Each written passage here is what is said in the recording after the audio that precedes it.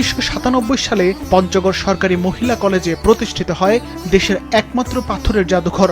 জাদুঘরটিতে বর্তমানে জেলার প্রত্নতাত্ত্বিক নিদর্শন ও লোকজ সংস্কৃতির প্রায় 1000-এরও বেশি মূল্যবান উপকরণ সংরক্ষিত রয়েছে। জাদুঘরটিতে রয়েছে অভ্যন্তরীণ ও উন্মুক্ত দুই ধরনের গ্যালারি।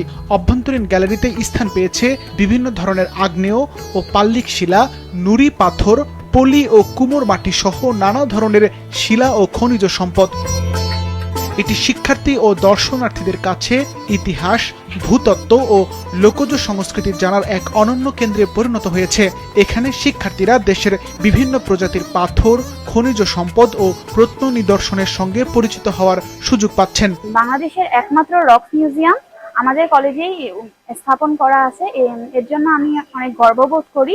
এই কলেজে পড়ে আমি অত্যন্ত গর্বিত, কারণ এই পঞ্চগড় সরকারি মহিলা কলেজে রক মিউজিয়ামে যে সৌন্দর্যটা আমরা দেখতে পাই সেটা শুধুমাত্র আমরা এখানে উপস্থিত সবাই দেখতে পাচ্ছি।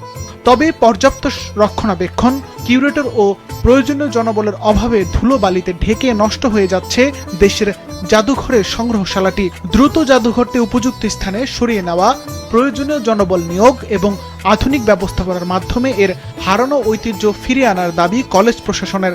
এক্সট্রা কোনো বরাদ্দ নাই, পয়সা নাই যে একজন শিক্ষক সারাদিন বসে থাকবে, কিন্তু প্রোটোকলে থাকতেই হবে।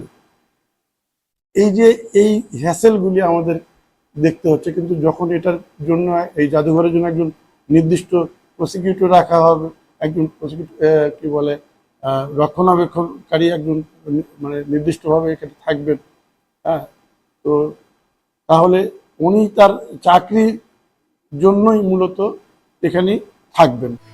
জেলা প্রশাসক শুক্রিয়া পারভিন জানিয়েছেন, জাদুঘরটি স্থানান্তরের জন্য প্রয়োজনীয় আইনগত প্রক্রিয়া সম্পন্ন করে উপযুক্ত স্থান নির্ধারণ এবং সংরক্ষণের কার্যকর উদ্যোগ নেওয়া হবে। তবে এটি জেলা প্রশাসন খুব আন্তরিক আছে এই বিষয়ে, তবে এই বিষয়ে মন্ত্রণালয়ের নির্দেশনা প্রয়োজন এবং মন্ত্রণালয়ের ইন্টারভেনশন দরকার। আমরা প্রয়োজনীয় যোগাযোগের ব্যবস্থা গ্রহণ করব এবং প্রয়োজনীয় যোগাযোগ ক্রমে এই মিউজিয়ামের সুন্দর সুষ্ঠু ব্যবস্থাপনার উদ্যোগ আমরা গ্রহণ করব।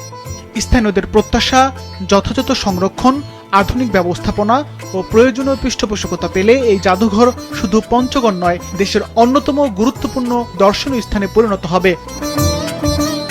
সিফাত রহমান, মাছরাঙা নিউজ ডেস্ক।